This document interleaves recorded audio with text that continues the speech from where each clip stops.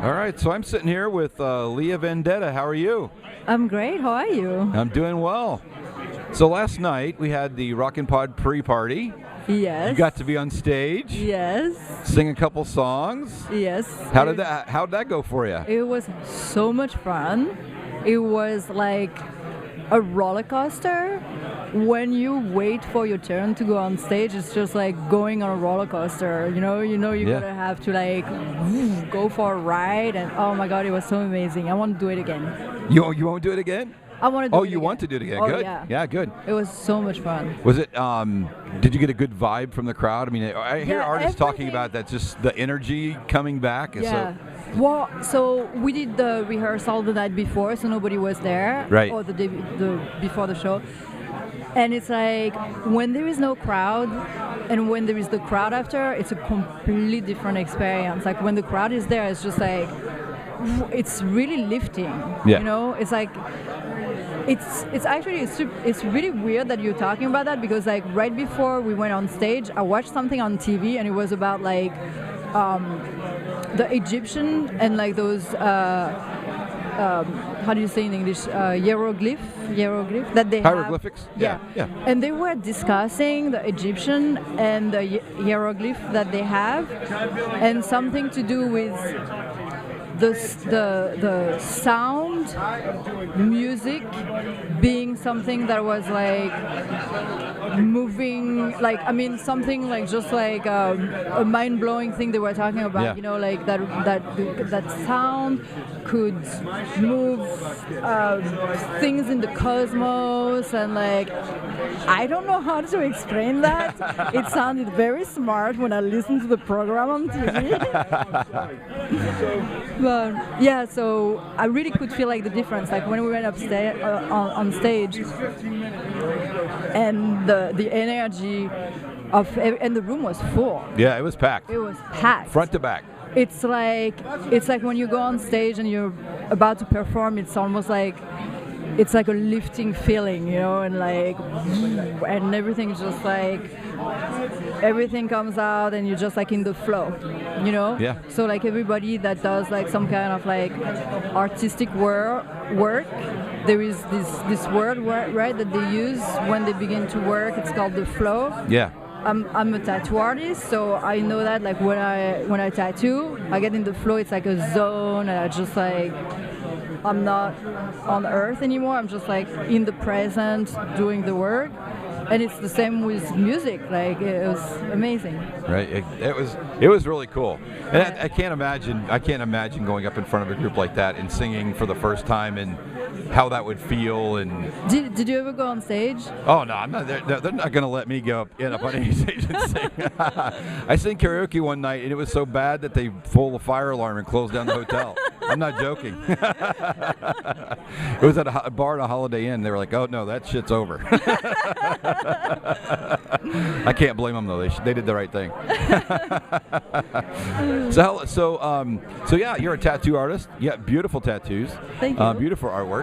So how long have you been doing that? Has that been a long-term thing? Is that what you wanted to do from That's what I've done my own life so far. I mean, I've been tattooing since 1995. Okay.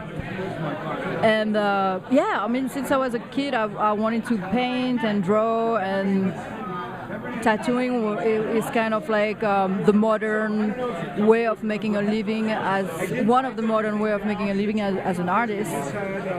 And when I was a kid, when I got my first tattoo when I was 18, at the time it was a really, really bad thing to do. Mm-hmm. And I always loved tattoos because I loved rock and roll, and all my idols were tattooed, and I was like, oh, that's so cool. I want to get covered with that stuff. And then because I was drawing and painting naturally, like, I picked it up. I ended up, hanging out in that world and meeting tattoo artists, and then I began tattooing. And yeah. So how did Ink Masters? So you were not a participant on Ink Masters? Were you a judge on Ink Masters? Is that right? No, I was part of the cast. Oh, part of the cast. Okay. So I was a contestant. Okay, I misread that. On the first season. Oh wow. Okay. Yeah. All right. The original.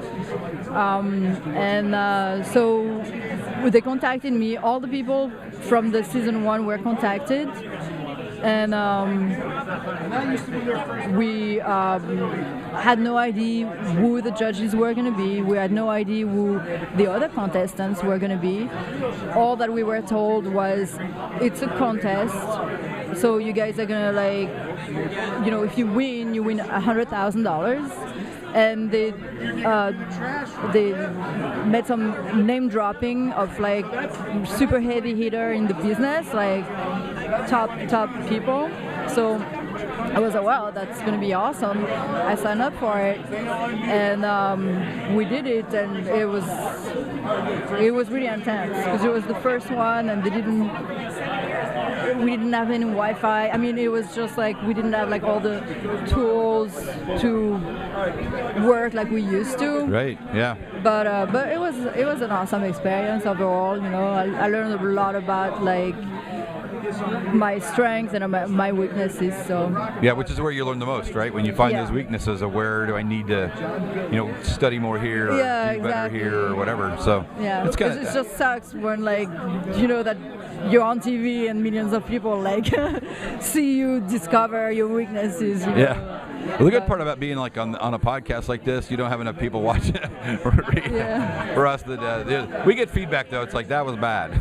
Yeah. But we get feedback too that it's good. So it's always that's great. But interestingly enough, I sent my son an email and said, hey, or a text message yesterday, and I said, hey, I'm going to be interviewing Lea Vendetta today. Yeah. And he was like, are you shitting me? I'm like, no. Oh. So he's really starting to get tattoos, dating tattoo artist. Actually, and she's very new, very fledgling tattoo artist. So just finishing school and got her first job as a apprentice. Yes. So she's doing some apprentice work and working on grapefruits and other things like that to learn. So probably learning how to make a good coffee. Yep. How to get the order of ordering the lunch right.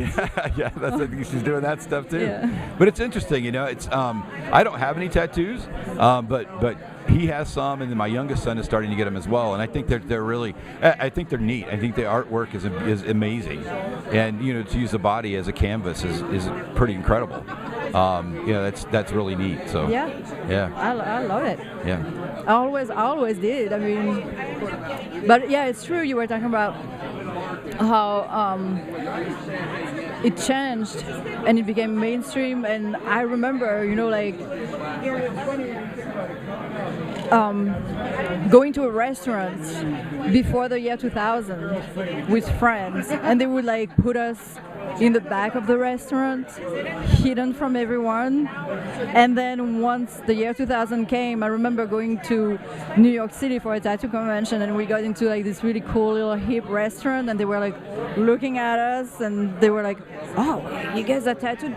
Come, you gotta go in the window here. We're gonna put you right here, so you attract all the people. And we were like, oh my God, that is so different from 10 years ago when they didn't want anybody to see us. I think it's to your point. I mean, I think it's a lot more acceptable. I think people always, for some reason, people write a script of what they believe people are like, that because they have tattoos or they have their hair a different way or they're bald, you get scripted to believe they're whatever that is. And I think that's really broken down. It's pretty common now. Oh my God! I work in healthcare, and for my day job, and that was a really big deal. It's we don't want to hire anybody that has tattoos because of what people might think. It's everybody has them, and it doesn't matter. It's a personal life. It's a personal choice, and they're not they're not offensive. It's beautiful. It's artwork. So I think it's really cool, and it's a neat thing. Yeah, for sure. I'm definitely glad that it lost all those stigmas. Yeah, stereotypes and stigmas. Yeah, for sure. Yeah. Because even when I was a kid, I used to look at tattoos and I was like, I don't get it. Why does everybody think that tattooing is such a bad thing? I just think it's so cool. Yeah. And so I'm really glad that it changed, and I just So what was your first tattoo? My first tattoo was the day I turned 18, I got my driving license and I went to the tattoo shop to get my first tattoo. I was like, I'm 18, this is my freedom. I get to do whatever I want. I'm gonna get a tattoo. And I went to the tattoo shop and I wanted to get a little spade because I love motorheads and Lemmy, and I was like, yeah, I'm gonna get a spade. It's gonna go fast. And the guy was like, you don't want to get a spade. You don't want to get a spade. Like, you're going to regret it. And I was like, okay. And he was like, go think about it. And when you come back, like, we'll do it. And I just, like, left the shop, walked around the block, came back to the shop, and I was like, yeah, I thought about it. I want to get a spade. I want to get a spade, yeah. Yeah, I walked in wanting a spade, walked around wanting a spade. I'm still getting a spade, so let's go. I'm either getting it here or I'm getting it down the street, but I'm getting it. Exactly. So that's your option. So are you pretty covered? I mean, your arms are covered really well. I mean, yeah? Yeah. My arms are done, my legs. I got my rib done, one side. I didn't do the other side because it hurt really bad. So what's the most painful one? I mean, is that one of the most painful? I've heard the top of the feet are really bad, really painful. Yeah, the top of the feet is super sensitive. The rib is really sensitive, and it's also a big area to cover, so it takes hours, so that doesn't help. The armpit, the hinge in the arm. Oh yeah, right, your elbow. Yeah, the back of the knee, all that skin is tender skin. It's full of nerves. So you're helping me out. So whenever I think about getting one, I'll go, okay, don't get there. Get it on your arm, like that good old school spot here. That's the spot. That's the spot. Yeah. And don't get your wife's name. I've heard that too. Don't ever get your wife's name tattooed. That's bad luck. Getting somebody else's name, unless it's your kids or like your blood-related family, is kind of like it's kind of like a bad luck thing. Yeah. So my dad one time, he was probably 50-something at the time, maybe a little older. It's probably 60-something. He'd never had a tattoo. So we were at a beach, and he wouldn't take his shirt off. I'm like, Dad, what are you doing? I said, what's wrong with you? And he's like, I'm a little embarrassed. I'm saying, what are you embarrassed about? And he goes, I got a tattoo. And I'm like, you're 60 years old, dude. You can get a tattoo if you want to get a damn tattoo. So he just got he got my stepmother's name tattooed on his arm. It says Betty. Yeah. And I go, well, the tattoo's not a bad idea, but now you're probably going to end up divorced. Everybody I know that ends up getting a name on there ends up in trouble, but they're fine. Good. Yeah, so that worked out pretty well. Good. So, you never know. Mm-hmm. Yeah, well, when you're married, it's okay. You know, it's just like most of the time when people want to get somebody else's name, it's like a fresh relationship, and they're like really into the other person at the time, and like it happened more than once that somebody came to the shop, got the name of somebody, and a month later came back and covered it up, you know, like crying, like, oh, you were right, I should listen to you, you know. Yeah, I'm sure that happens probably more. It's probably more that way than the other way, I would imagine. So, but that's okay. So what's the what would you say has been the most I don't know what the right word is, extensive tattoo that you've done, or body of work? From an hour's perspective, because I know they take a long time. So have you done? I'm sure you've done. I'm sure that there's no question you've done some rather detailed, big type stuff. Something that stands out for me. I mean, I've done like back piece, sleeves. You know, I mean, since 1995, I've done a lot of work. Sure. And I changed my style. There is an evolution, you know. Like now I pretty much only do fine line, black and gray, and I love doing that. And I finally find like the style that I'm really into.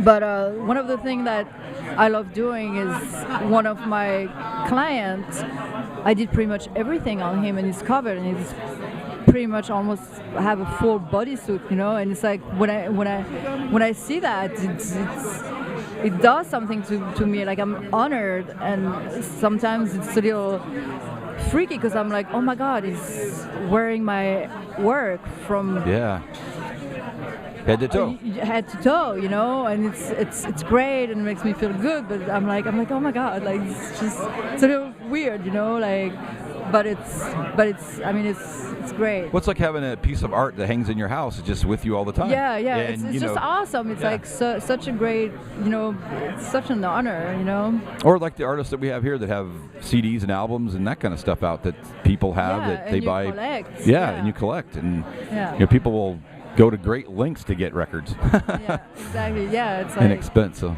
It's cool. Well, thank you very much for spending a few minutes with me. I really appreciate it. Thank you.